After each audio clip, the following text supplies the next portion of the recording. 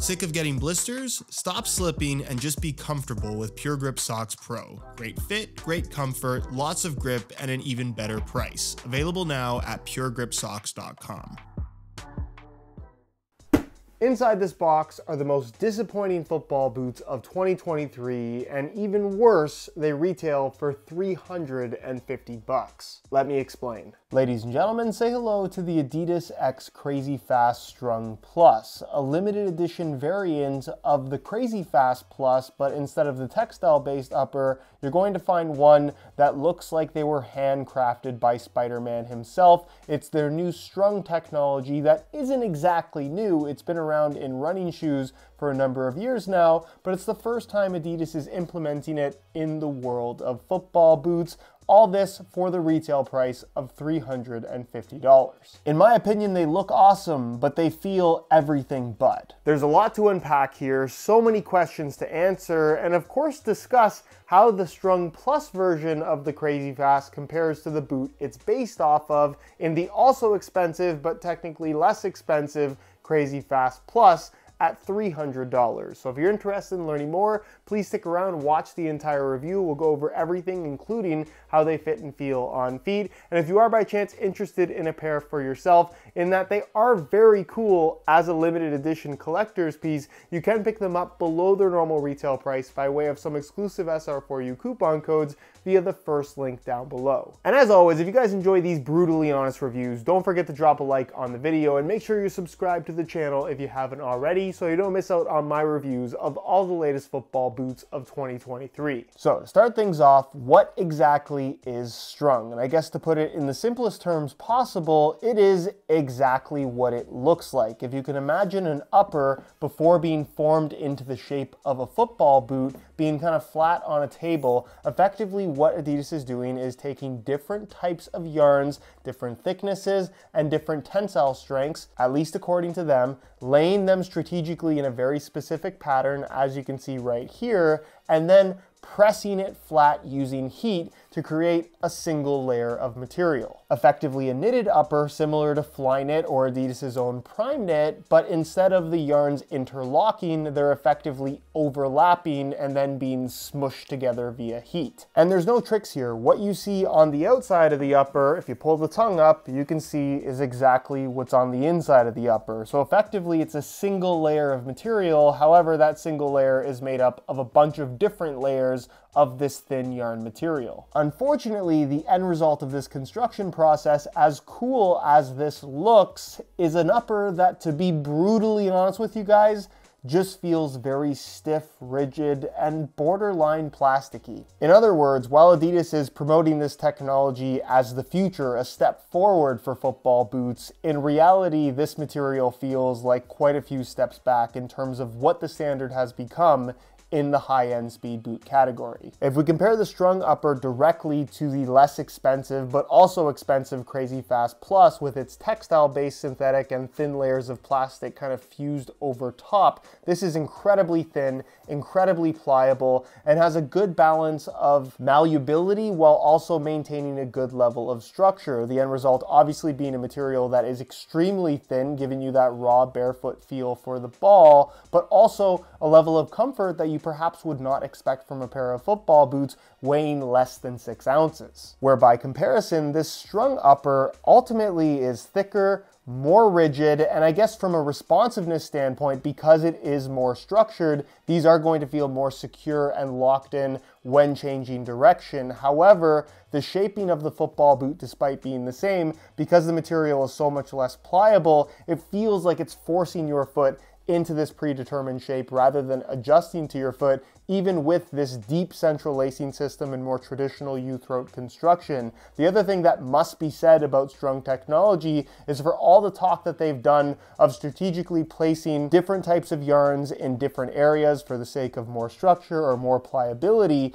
the end result in terms of what this upper feels like is just stiff all the way around. There is no noticeable difference in any area of the foot where the upper feels a little bit more pliable or a little bit more structured. It's just stiff everywhere. And that's not to say that I think this is entirely a bad upper. It's not. But when you compare it to what the standard has become for top-end speed boots in 2023, compared to just about anything from Adidas or other brands, this feels, in my opinion, the worst. It's not comfortable, it's not exceptionally thin, it offers no real variation in terms of padding, there's no additional grip, and perhaps the most surprising aspect of this boot when you wear them for the first time is that there are holes all the way throughout this upper. It doesn't really come through well in pictures or video, but because of the construction process of this material, the yarns are simply overlapping, and inevitably, even once heat pressed, you're going to have spaces in between them. And it's easier to see in certain parts of the upper. You can definitely clearly see some holes right there, but there are little holes all the way through, even in the toe area. So what I think is so surprising about this football boot, if you play in cold weather or in any type of wet conditions, within seconds of stepping on the pitch, your feet are wet and your feet are cold. And while to some people that might sound like me being a baby and just complaining about something pretty small, keep in mind these are $350, so I think there is something that should be expected from a feel and performance standpoint. But trust me when I say, the experience of having water immediately enter the upper of your football boots, literally after 5 seconds of walking in just wet grass, forget about rain, is something that I've never experienced in a pair of football boots before. Perhaps in really hot, dry weather, you might appreciate some of the breathability that this upper brings, but I think for the vast majority of people, football boots are going to be something that you use in a wide variety of elements, and for that particular purpose, I just don't like this material. Something I was also kind of curious about when they first showed off strung football boots was how precise could these strings possibly be in regards to their placement, not just from the left boot to the right boot, but with all pairs in general. If the yarns are all overlapping and effectively loose until they're heat pressed together, surely there's some lack of precision in that particular construction process. And sure enough, if you look at these two boots side by side, just pay attention to the larger shapes, you can see they don't necessarily match up exactly from the left boot to the right boot. And even if you look at the heel, you can see how those neon yellow lines are lined up. It's just way better on one compared to the other. And while none of this is realistically noticeable when you're playing in the boots, you can't tell if this neon yellow string that's there for the sake of structure is a millimeter to the left versus a millimeter to the right, with the story of this technology being all about precision and engineering, structure or pliability or softness or whatever it may be in every single area of the boot. If the yarns themselves aren't always in the exact same place, then how much precision is there actually in this construction process? It's effectively the same story that we got with Flyknit and Prime Knit and every other knitted upper that's on the market these days, but with, in my opinion, a lot less precision. Again, not necessarily a detriment to the performance, but something to think about. You'll also notice that they did have to use a more traditional textile material with a polyurethane top layer for the lacing system itself, just given that this material, I'm assuming, is not strong enough or consistent enough for them to punch a hole in and thread a lace through, which is why you have this solid textile kind of along the edges of the top part of the upper. Laces are super thin, central lacing system, U-throat construction, pretty much the same super thin microfiber material for the tongue as what you'll find on the Crazyfast Plus. Same thing goes for the low cut construction, although you will notice that there's a little bit of extra padding in the heel on the Strung Plus variation for whatever reason. Super soft microfiber lining material all the way through the back.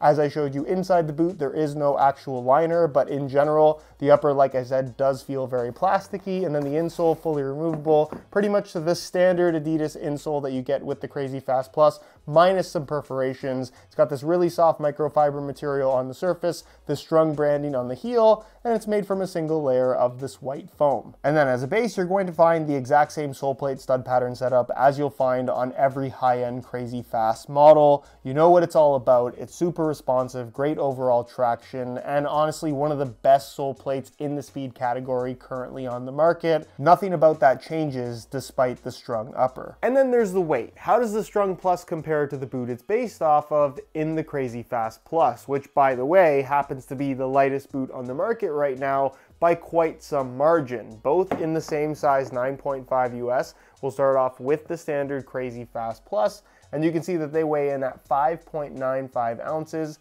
the equivalent of 169 grams, which is just ridiculously lightweight. Then we'll throw on the Strung Plus, and you can see that they weigh in at 6.2 ounces, the equivalent of 176 grams. So that is a weight difference of 6 grams if you're doing the math at home, which ultimately is a very small number, but technically the regular and cheaper Crazyfast Plus would be the lighter boot. On feet, I can't say that there's anything about the Strung Plus that feels like it stands out as a positive, other than the fact that they are very lightweight, of course. From an upper perspective, it's stiff, it's rigid, it squeezes your foot despite being the same shape as the other X models. Because it has less pliability and basically no stretch at all, it just forces your foot into what ends up feeling like a relatively narrow toe box. So all of the extra width that you get on not just the Crazyfast Plus, but even the 0.1 variations,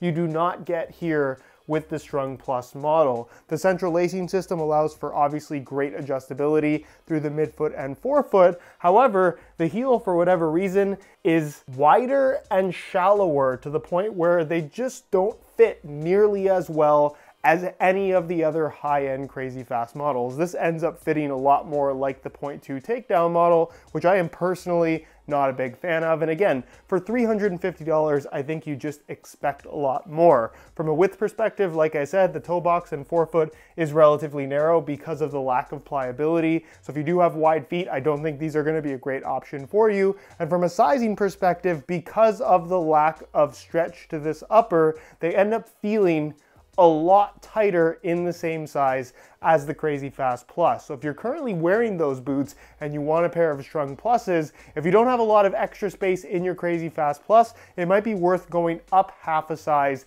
in the Strung Plus variation, simply down to the stiffness of this material. Otherwise, for the vast majority of people, true to size is probably the way to go, but do keep in mind they run a little bit snug. So in conclusion, I really like the idea of the Strung Plus. I think it's becoming more and more difficult to innovate in the world of football boots given all the new technologies that have come out over the last 30 years. And I think these have that visual impact of being something truly different. Unfortunately, the visuals don't necessarily match the experience. Compared to the boots that they're based off of in the Crazyfast Plus, or realistically even the Crazyfast 0.1 variations, the Strung Plus is simply worse and more expensive. And to just say that they're worse than the Crazyfast Plus might be a little bit of an understatement, because given the opportunity to pick these or any other top-end speed boot currently on the market, this would definitely be one of my last picks.